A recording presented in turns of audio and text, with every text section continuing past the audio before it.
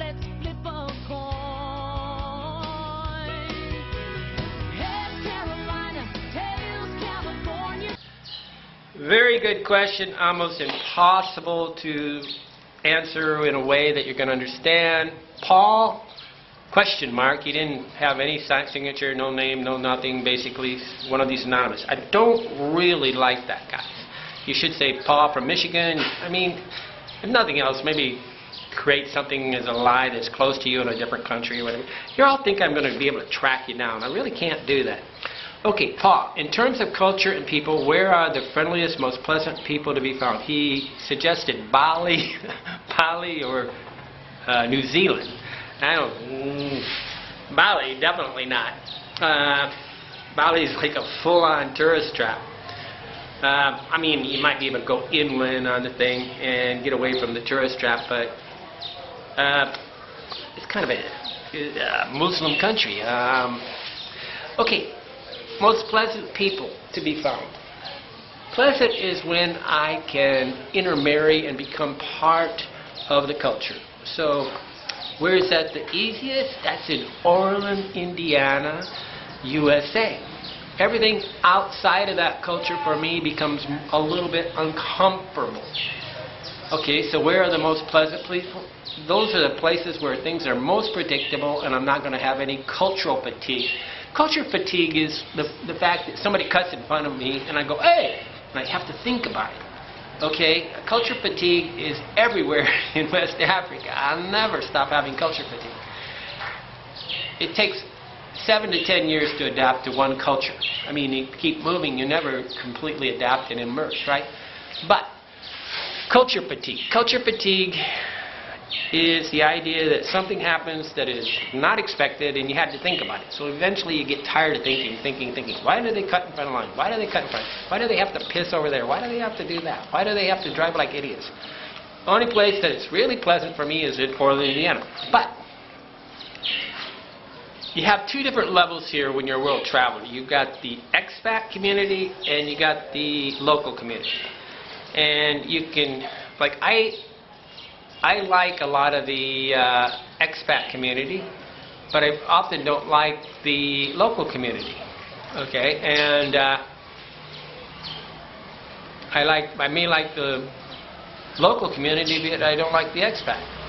It really becomes a very difficult thing to do because you got so many combinations. You got, say, 253 definable countries. You got about 700 separate cultures. So I mean, like in India, you got 11 states. Those are 11 separate cultures. That's why they're states. I mean, Indiana is not the same as New York. So you have 50 separate cultures in the United States. And that's why they blocked them off as states. So you got about 700. If you try to get on the most traveled people, you'll see he's broke it down into, he keeps growing, right? Number of countries that he's visited, but he keeps breaking it down into geographical, ethnic groups. And there's about 650, he says. Okay, who cares? But the thing is that you have that many, say you had 253 countries, then you have 253 combinations of locals and expats. So where are the nicest people from? Pleasant. Tough one. Again, it's Orland, Indiana, where I came from, but you have nice expat communities in different places, but expats have a problem, is that normally people that go live abroad are angry at the USA, or they're angry at Europe, or they're angry at things, and they want to break outside the rules. And this baggage is always painful to deal with because you got to hear them whinge about these things. I mean, in Lago Atilan, which is, I got to consider the local people in Lago Atilan as being some of the most pleasant people I know, except for the little boys that are walking around with their mohawks, right? But you can't say Lago Atilan is anything like Guatemala because it's a separate little Tutahil culture, Cachiquel language culture within a culture. So you really got to break this down to cities. You can't break it down to cultures. Now, Where do I think the friendliest people? Some of the friendliest people I've ever met on the planet are Australians, Netherlands people, Belgium people, Argentina's because they're always sucking up to me. I don't know if I call them, they're nice, but they suck up. I mean, there's cultures that suck up. The Philippine people suck up, but you can't say that they're honest. So they're really,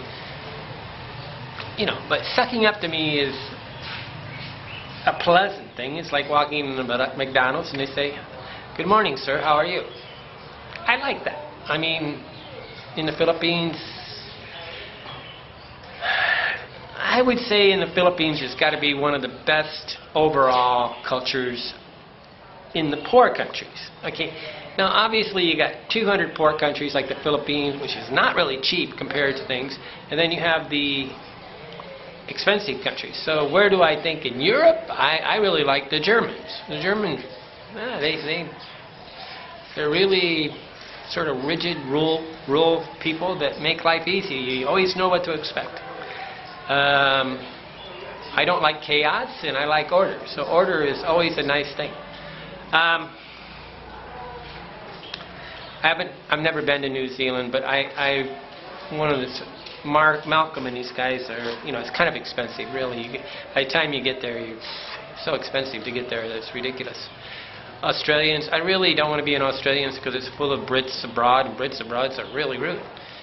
Brits inside the country are really nice. Germans inside the country, outside the country, they're sort of outside the country. I don't know. They're the guys with the rubber pants, right? They're always doing something to break the rules. I don't know. Where's the best place to go? I think if you really wanted to, it's all according to you. If you came from New York City people like Jamaica. Jamaica is supposed to be one of the rudest places on the planet. But that is what maybe a New York person is looking for, right? When I'm in the Dominican Republic, there's all these inner city Afro-Americans that go to Sosua. The culture is really similar. They're both like, kind of loud music, wear your pants hanging down, and you got very successful Black Americans in Dominican Republic hanging around with very fat women. It's what you're used to. I would say overall one of the most, if you can get outside of Manila and you can go to small places in the Philippines and avoid the scams, they're some of the most pleasant people on the planet. And the expats there are normally soldier boys, ex-soldiers. There's a new generation of creepy cyber sex people that are coming that are really creepy. But the old soldier boys are just good old boys, right? And they're fun. I like to go to the American Legion type places and then go live it. Anywhere there's an American Legion coupled up with things and you get kind of a coupling things. But the Netherlands people are the most diplomatic people on the planet. Maybe the Belgian people second. The Switzerland people are rude. Swedish people I don't know, they got some problems. Norwegian people are normally pretty good. British people inside the country are good. British abroad are just horrible. I call them my mean older brother. Americans abroad are usually angry, the ones that are living abroad.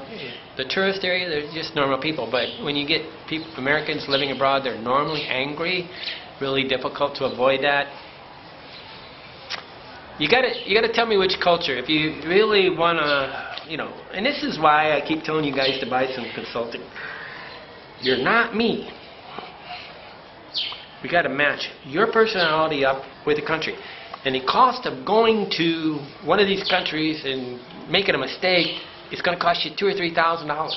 Great. So go ahead and do it. But you can call me up and maybe we can break it down a little slice and dice it to where you're not wasting your time. Everybody, the internet is a cesspool of interpretations. What does that guy from Google say? He says, a cesspool of basically everything on the internet is a lie. They lie, lie, lie, lie, lie. So to cut through that lie, how am I going to tell people the truth? If you talk to me, you're going to realize that I don't lie. But everybody on the internet is like an advertisement. So they basically portray all these countries as wonderful. And then you realize you get there and, oh, whoa, it's full of this, it's full of that. Why didn't anybody tell me? That's why you do the consulting. Okay, Andy Graham, good question, Bob, but tough, very tough question.